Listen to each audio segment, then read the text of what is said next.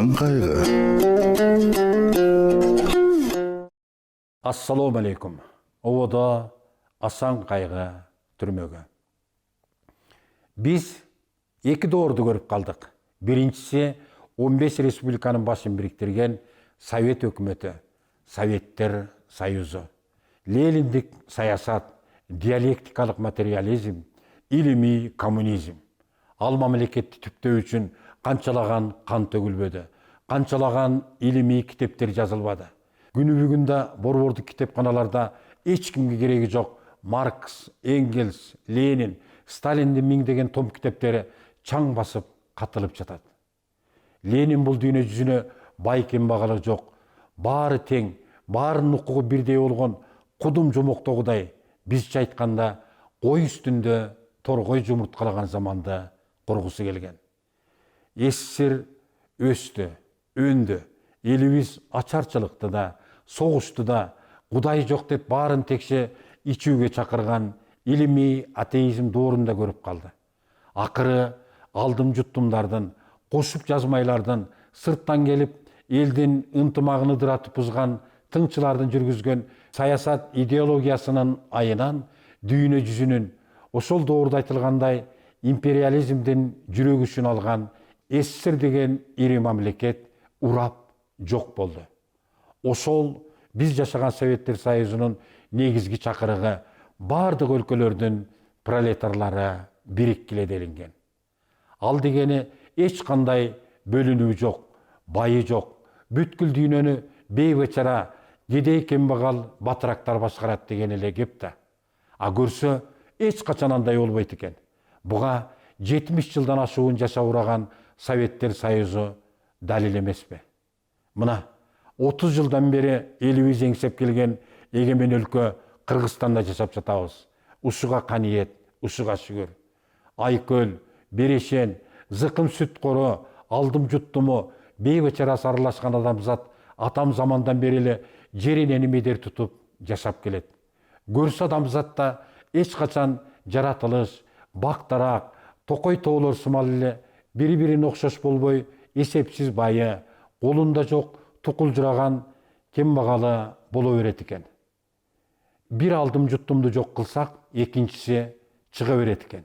Кыскасы, бай кембагалсыз, кембагал байсыз жашай албайт тура. Буга өтмүш тарых, кечеги, бүгүнкү күн күбө.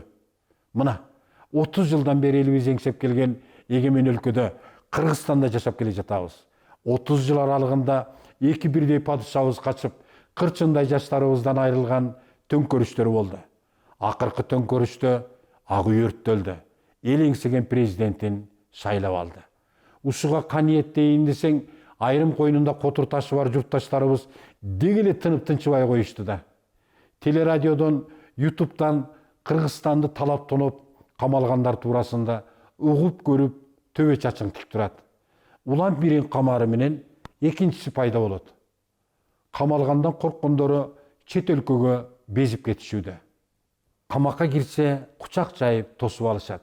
Анткени аларга да байлар керек. Чет өлкөгө безсе, алар бизге бербей, өз мыйзамдарынын негизинде канаттын алдына катып коргоп алышат. Кеткендердин бири да өз эрки менен кайтып келишкен жокко.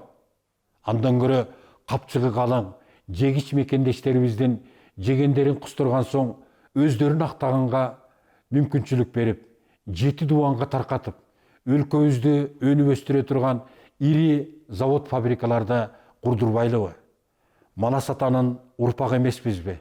Таш менен урганды аш менен ур дегендей, дагы бир жолу айкөлдүк кылып кечирели.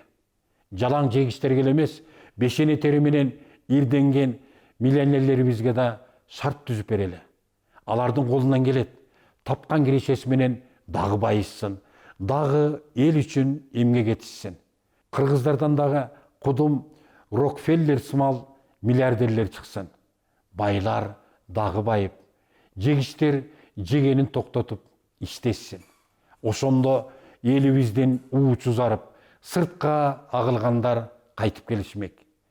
Кезинде эл жетектеген, журт башкарган эки бирдей падыша сөрөйлөрүбүз өз ата жұртынан безіп, Алатауының авасына зар болып, туылған жерден алтын топырағы бұйырар бекен деген илгери үмітменен чет өлкөдө күн өткөрүп келишет.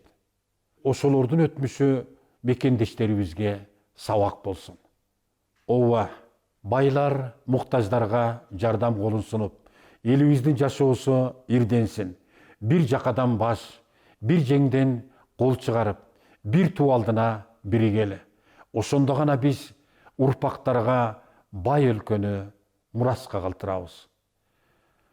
Саламатта калыңыздар.